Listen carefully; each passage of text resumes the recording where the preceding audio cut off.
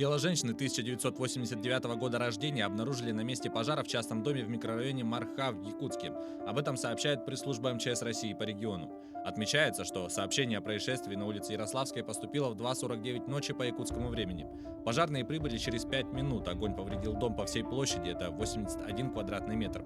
Предположительной причиной возгорания является нарушение правил безопасности при использовании печи. На данный момент устанавливаются виновник происшествия и нанесенный ущерб. На ликвидацию пожара привлекалось 4 единицы техники и 17 человек личного состава.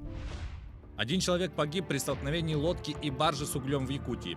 Обстоятельства гибели человека устанавливают следователи. По сообщению пресс-службы Восточно-Сибирского следственного управления на транспорте, нетрезвый 53-летний мужчина, управляя моторной лодкой «Прогресс-4» на реке Лени в 15 километрах от поселка Сангар Кобяйского района, столкнулся со стоящей на якоре несамоходной баржей.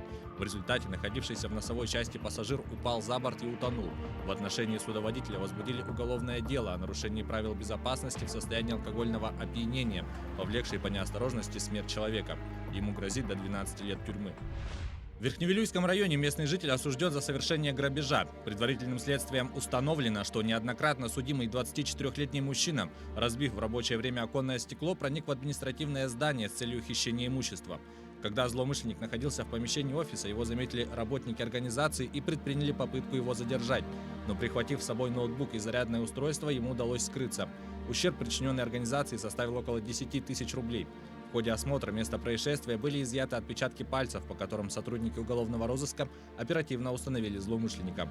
Мужчина полностью сознался в совершенном преступлении, похищенное имущество изъято и возвращено владельцу. Подсудимого приговорили к 2 годам лишения свободы условно с испытательным сроком на 3 года. Полицейские установили подозреваемого в краже наручных часов стоимостью 350 тысяч рублей. Установлено, что в офис одной из служб доставки Якутска пришел неизвестный мужчина с целью получить свою посылку. Работники передали ему 2 коробки, где находились наручные часы. Неизвестный якобы померил их и незаметно положил в карман. Затем закрыл коробки и отдал их сотрудникам доставки, объяснив это тем, что часы ему не подошли и он отказывается выкупать посылку.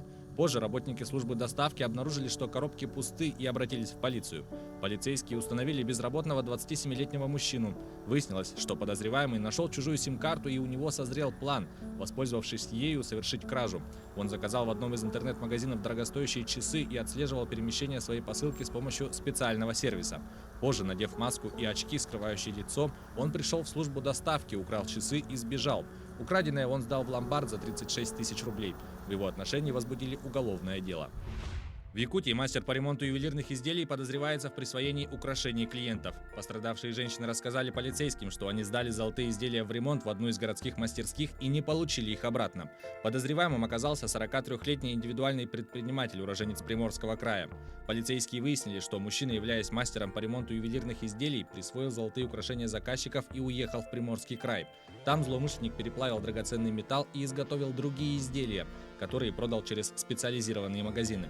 Подозреваемый причинил потерпевшим ущерб на сумму около 145 тысяч рублей. В отношении фигуранта возбуждено уголовное дело. По статье ему грозит срок до 5 лет. На период предварительного следствия мужчине избрана мера пресечения в виде подписки о невыезде и надлежащем поведении. В Якутии следователи завершили расследование уголовного дела об угоне снегохода. Установлено, что пьяный 29-летний мужчина в селе Оленек приметил припаркованный возле магазина снегоход. Злоумышленник, убедившись, что владелец совершает покупку, завел чужую технику и уехал в соседнее село Харьялах, расположенное через реку. Доехав до места, он бросил снегоход в лесу рядом с населенным пунктом. Однако скрыться ему не удалось. Сотрудники полиции задержали злоумышленника недалеко от места обнаружения транспортного средства. В настоящее время расследование уголовного дела завершено. Материалы направлены в прокуратуру для утверждения обвинительного заключения. Беспорядками и столкновениями с полицией завершился разгон палаточного лагеря мигрантов в Париже. Очевидцы утверждают, что силовики избивали приезжих, собравшихся на площади Республики. В соцсетях появились снимки, подтверждающие слова свидетелей, и министр внутренних дел страны заявил, что начинает расследование действий полиции. Активисты, помогающие беженцам, были возмущены решением уничтожить лагерь. Чего я прошу от государства, так это справедливости. Мы можем принять этих людей. Если мы сегодня ведем себя так, что принесет нам завтра? Куда приведет нас насилие? Куда приведет нас ненависть? К новому насилию. Этого хочет государство. Лагерь мигрантов в столице Франции возник после того, как власти уничтожили другой палаточный городок в Сен-Дени, где жили около 4000 человек.